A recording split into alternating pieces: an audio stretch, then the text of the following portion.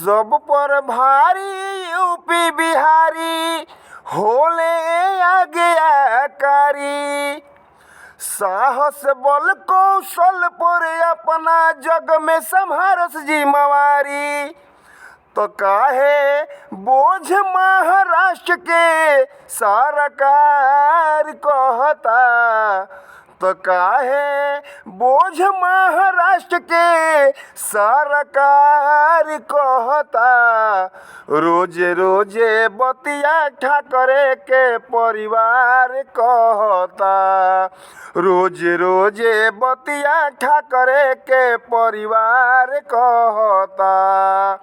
कौन मजबूरी में जोगी के सरकार सहता। कौन मजबूरी में नीतीश के सरकार सहता। रोजे रोजे बतिया ठाकरे के परिवार कहता। रोजे रोजे बतिया ठाकरे के परिवार कहता। यूपी बिहार के मेहनत से खड़ा बाजे कर किला। तनिको लाज शरम नइखे राज ठाकरे के। यूपी बिहार के मेहनत से खड़ा बाजे कर किला। आ कईल उपकार भुलाइल लागे नट बाए कर घिला। यूपी बिहार के मेहनत से खड़ा बाजे कर किला।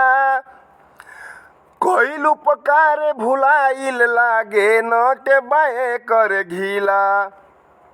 बतिया कहतो शरम न लागे शर्मसार करता। बतिया कहतो शरम न लागे शर्मसार करता। कौन मजबूरी में जोगी के सरकार सहता। कौन मजबूरी में जोगी के सरकार सहता। हिंदुस्तान के धरती पर चाहे कवनो एस्टेट हो। खून पसीना से आपन सेवा यूपी बिहार बदेत हो। हिंदुस्तान के धरती पर चाहे कवनो एस्टेट हो। खून पसीना से सींच के सेवा यूपी बिहार बदेत हो। चाहे कवनो कंपनी होखे चाहे कल कारखाना। अपना दम पे यूपी बिहार के मुंह में जाला दाना। कहत शरम नइखे लागत शर्मसार करता। कहत शरम नइखे लागत शर्मसार कहता।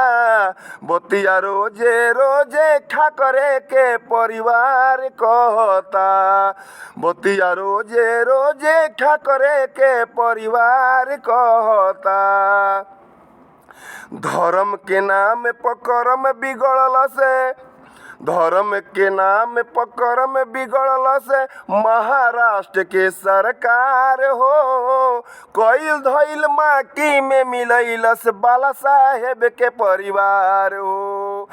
कर्म के नाम पर धर्म बिगड़ल से राज ठाकरे के सरकार हो। कईल धईल सब बाला साहेब के माटी में मिलैलस परिवार हो। सब पर भारी यूपी बिहारी होले आज्ञाकारी। साहस बल कौशल पर अपना संहार से जिम्मेवारी। तो काहे बोझ महाराष्ट्र के सरकार कहता। बतिया रोजे रोजे ठाकरे के परिवार कहता।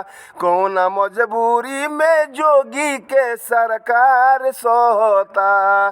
कौन मजबूरी में नीतीश के सरकार सहता। हमनियो हियां रोजगार रहित तो एजे रहती जानू काहे खाती हो चुतिया के बात सहती जा। जय हिंद।